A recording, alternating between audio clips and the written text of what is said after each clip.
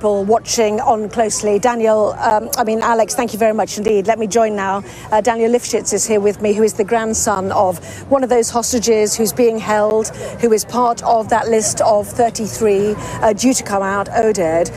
You know, it's not your grandfather today. How are you feeling, though, towards those three families who will be able to hug their loved ones later on today? I'm happy to see you here, Anna. We spoke already this week, and having you here, it means good things happened and the agreement been signed. And I'm very happy as well for the UK to have Emily Damari back today. I mean, that's a miracle, that's a great day, and I'm so happy that it's starting. We have Oron Shaul body being recovered today from Gaza, rescued, closure for more than a decade to the family, and now we see Romy, Doron, Emily going back to their beloved ones.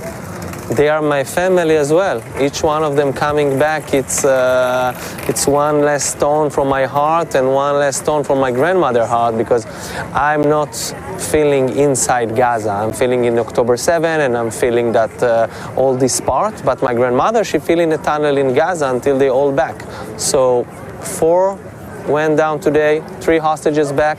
A continuation is very, very important, and I'm looking forward for all the 33 to come back home. Yes, and then subsequently the others, of course, too, because, you know, the list goes way beyond that. Yeah. Tell us about your grandparents, because both were taken, weren't they, from kibbutz near Oz, and yet your grandmother was freed, if I remember, on day 17. Yeah. She was not so well, is that right? 2 of them were freed that day. Yeah, so firstly, I was very, very shocked that my grandparents were kidnapped. On October 7, I saw some footage and some videos of old people getting kidnapped, but I couldn't believe it. I couldn't process it in my mind. And at 6 p.m. when they told me my grandparents being probably kidnapped because the house is burned but there are no traces of body, I was in shock. And then when my grandmother came back, that was unbelievable, because she lost almost 10 kilograms in 17 days, and she was in a very bad health situation, and she was released because eventually they were afraid that she will spread diseases in the tunnels. And Nurit was released, Nurit Cooper, because she broke her arm and it was all black and she was in a terrible situation. My grandfather, we don't know what's going to be with him, because how old is he? He's 84 years old. He's the only great-grandfather held hostage in the world. We see the clock saying 470. They were, all of those 33 being in that list, which so-called humanitarian list, with the right pressure from the international community, they would be released after 7 days, not after 471 days would start that. But we are here. We look forward. We wanted to be in this situation. As much as it's tough and hard, I welcome it with blessing, with love, because this is where we want to be. And my grandfather, the last thing we know about him was from November 23, when he was, at start my grandmother said he was murdered, because she saw him unconscious and bleeding. She thought he was dead, but then he was just unconscious. And 2 hostages saw him, one of them, Ada Sagi, when she was kidnapped from kibbutz Nir Oz. She was in shock that there were so many civilians in kibbutz Nir Oz on that day, from the age of 10, 14. And she said that she went into a storage of fruits and vegetables inside Khan Yunis, and she saw my grandfather on the table. He was with a white galabiya bleeding. He was conscious, and he told him that Ada, she knows Arabic, I know a bit, she knows more, speak with her. They told her that they are going to take the bullet out of his hand. And then another hostage, Hannah Katzir, rest in peace, a hero that had been kidnapped from her wheelchair in kibbutz Nir Oz. She said that she was with him for about 20 to 30 days. They were in an apartment. They didn't get any medication. And after 20, 30 days, he felt bad. And they took him, maybe for treatment, we don't know. But Hannah stayed there, and she was handicapped. She told her captives, I can't stay here alone. He saved me. He saved my life here every day. So they moved her to another place with other hostages. So we have no information regarding if my grandfather came back to that apartment. So actually, we don't know. And as much as we're here, in my circle with my grandfather, we don't know if we will get him in alive or dead, festival or funeral.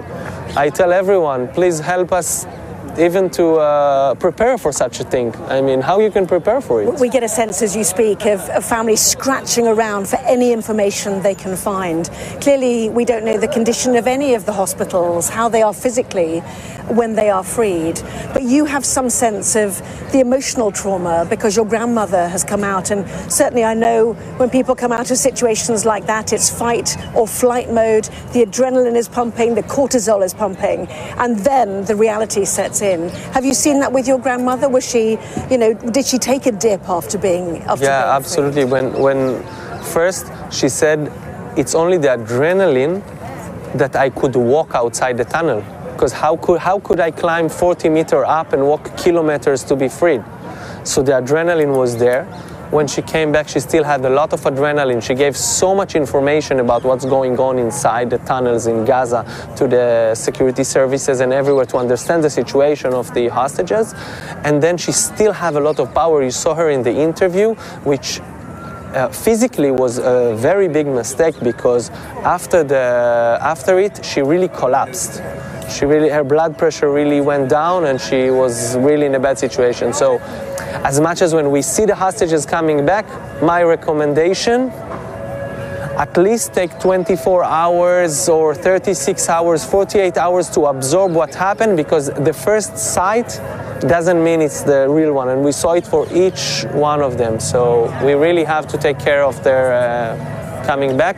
My grandma, she was lucky, she had a great psychiatrist, so he worked very well on her trauma, and physically she's fine, and mentally waiting for the last hostage to come back home. Well, Daniel, best of luck. Let's hope we see your grandfather, Oded, returned home safely to you, reunited with your grandmother. They've been married how long? For 64 years. 64 years. It can be that the last scene is on the cactus garden that they built in 64 years. Yeah. And again, we end with really bless and love to Amanda Damari and all the Damari family to see Emily today. We hope in the best conditions possible and continue to that. Seeing pictures there of the two of them. Really appreciate you coming to join us and tell us their story as well, your story. The families all living through this, all facing the trauma of not knowing, as I said, scratching around for any information they can find about their loved ones and the importance of trauma care. And certainly I know that the recommendation here has been from the hospitals that the hostages stay in for at least 4 days to be assessed properly, because nobody knows what condition they will be in.